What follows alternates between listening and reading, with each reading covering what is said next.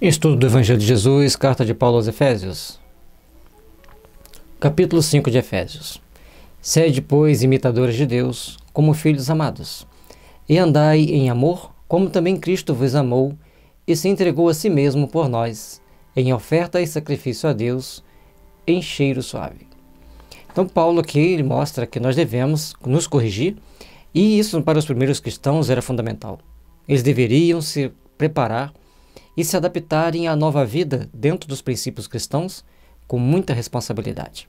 Portanto, ele chegava e mostrava a que tínhamos que andar segundo quem realmente seguia o Cristo, segundo os preceitos estabelecidos para seguir o Cristo.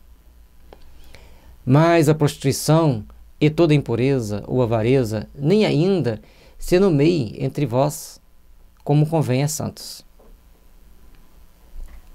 Aqui ele já mostra para nós um outro detalhe. Sobre prostituição e impureza e avareza, nem sequer deveríamos falar sobre elas. Nem citar, que jamais praticar uma delas.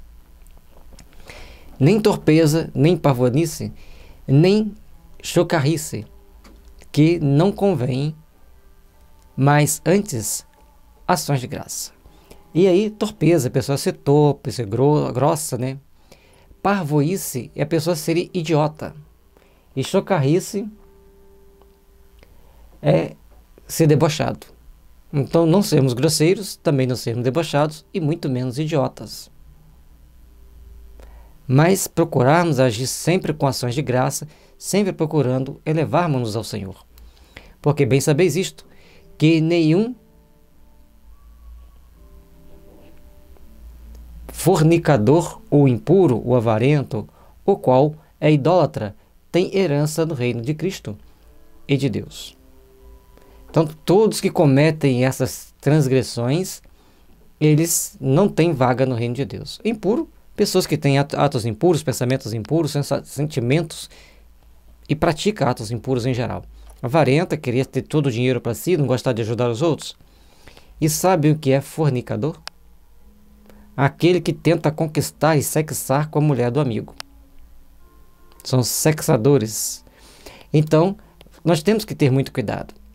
Nós, como seres que caminhamos aqui na Terra, temos que prestar muita atenção em como agimos e de que forma interagimos uns com o outro e que tipo de atitudes nós vamos tomar um com o outro, um perante o outro. Há a necessidade constante de nos fazermos melhor, há a necessidade constante de nos aperfeiçoar e nos melhorar, tal qual é a vontade do Pai.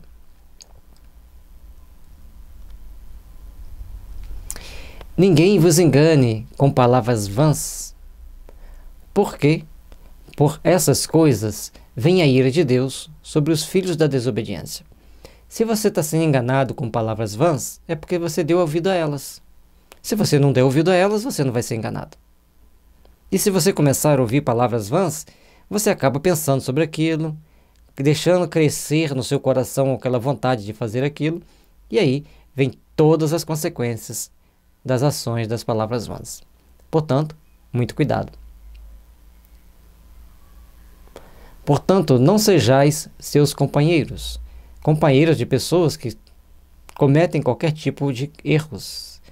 Vamos vigiar, vamos nos policiar, para que a gente saiba selecionar os nossos amigos com segurança. Mas não deixemos de orientar qualquer um deles que necessitem da nossa ajuda, que peçam a nossa ajuda. Porque no outro tempo erais trevas, mas agora sois luz do Senhor. Andai como filhos da luz, porque o fruto do Espírito está em toda bondade, e justiça e verdade. Então, essa questão de estarmos com a verdade, com a justiça e com a bondade é fundamental para nós. É fundamental para que nossos corações se purifiquem. Então, à medida que nós vamos procurando nos aperfeiçoar, vamos procurando estar do lado do bem, nós vamos sendo pessoas do bem. Nós vamos edificando as forças do bem. Aprovando o que é agradável ao Senhor.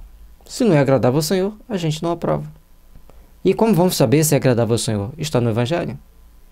Não é sermos radical, sermos bitolados, mas temos que nos vigiar. Temos que nos policiar.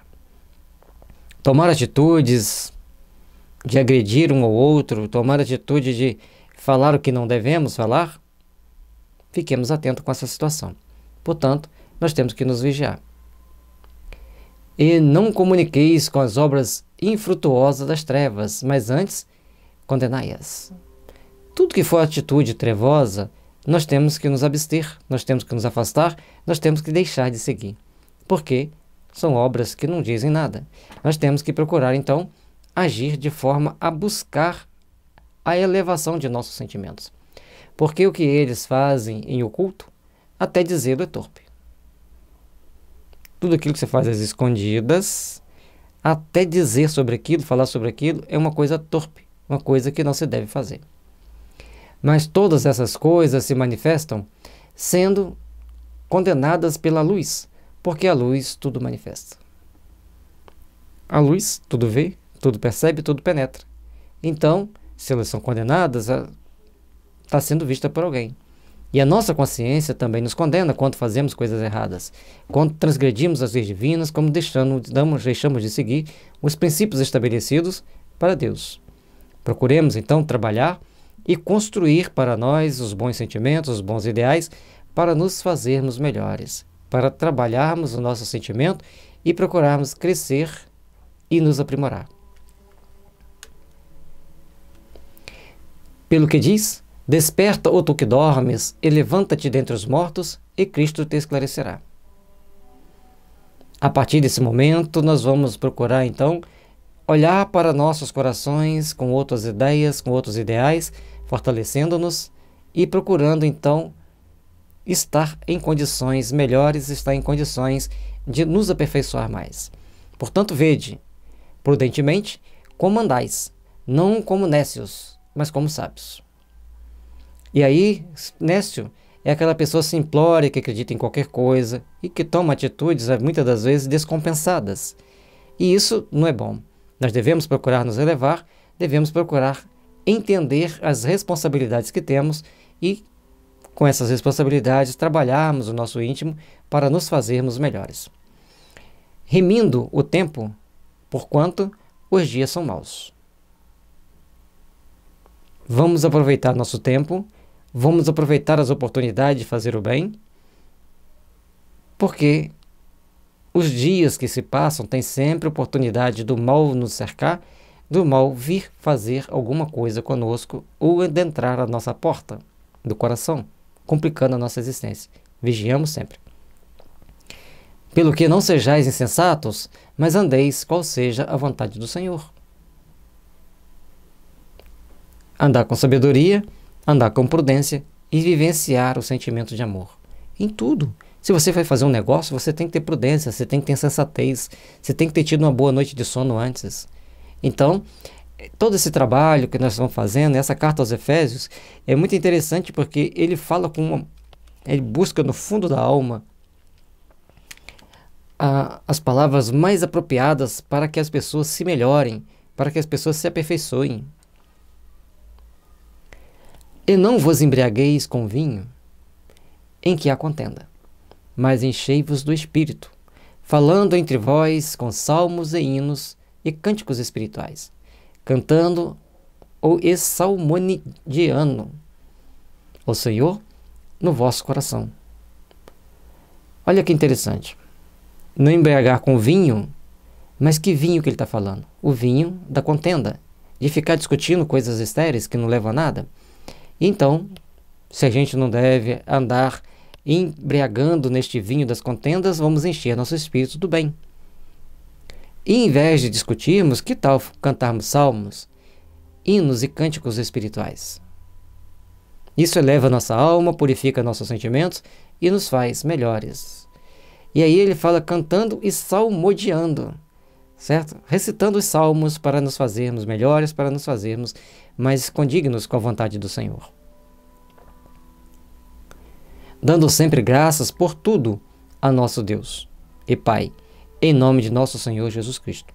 Você já agradeceu a Deus hoje pelo prato de refeição? Pela oportunidade de fazer o bem, pela oportunidade de refletir sobre a grandeza de Deus? Todos nós temos que aproveitar essas oportunidades. e fazermos nossas reflexões e procurarmos elevarmos-nos ao Pai. Sujeitamo-vos uns aos outros no temor de Deus.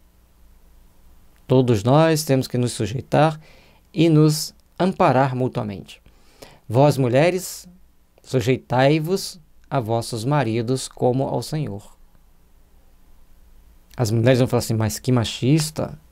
Calma, preste atenção no final, para a gente entender o contexto do texto que ele está trazendo para nós, que se a gente entender isso naquela época, ele estava dando uma grande oportunidade de nós nos aprendermos a convivermos uns com os outros, principalmente marido e mulher.